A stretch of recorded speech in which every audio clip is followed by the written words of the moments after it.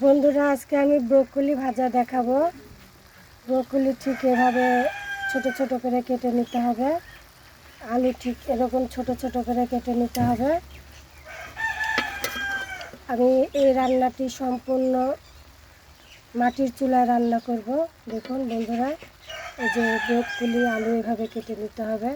তো আমি একসাথে হলুদ, লবণ, তেল, মরিচ একসাথে সব দিয়ে দিয়েছি, দিয়ে মাখিয়ে নিয়েছি। এখন আমি রান্নাটি শুরু করব। একটু পরপর ব্রোকলি ভাজাটা নেড়ে দিতে হবে, না হলে কড়াইয়ে লেগে যাবে।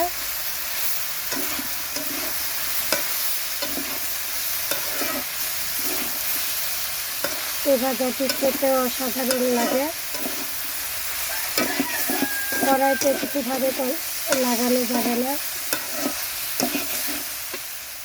তো বন্ধুরা, আপনারা যে কোনো ভাজা পেঁয়াজ মরিচ তেলের পুরে ভাজবেন না, এভাবে মাখিয়ে একসাথে সব তুলবেন, দেখবেন এটাতে অনেক বেশি স্বাদ হবে।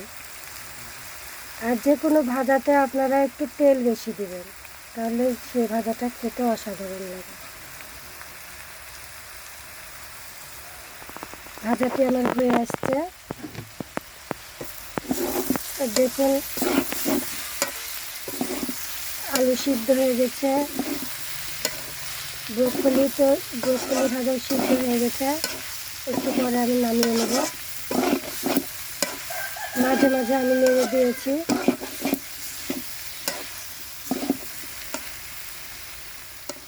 তো বন্ধুরা, হলুদ, লবণ, তেল, মরিচ একসাথে দিয়ে ভাজাটি করেছি।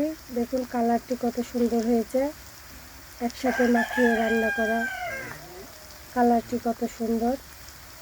ভাজা হয়ে গেছে, এখন আমি নামিয়ে নেব।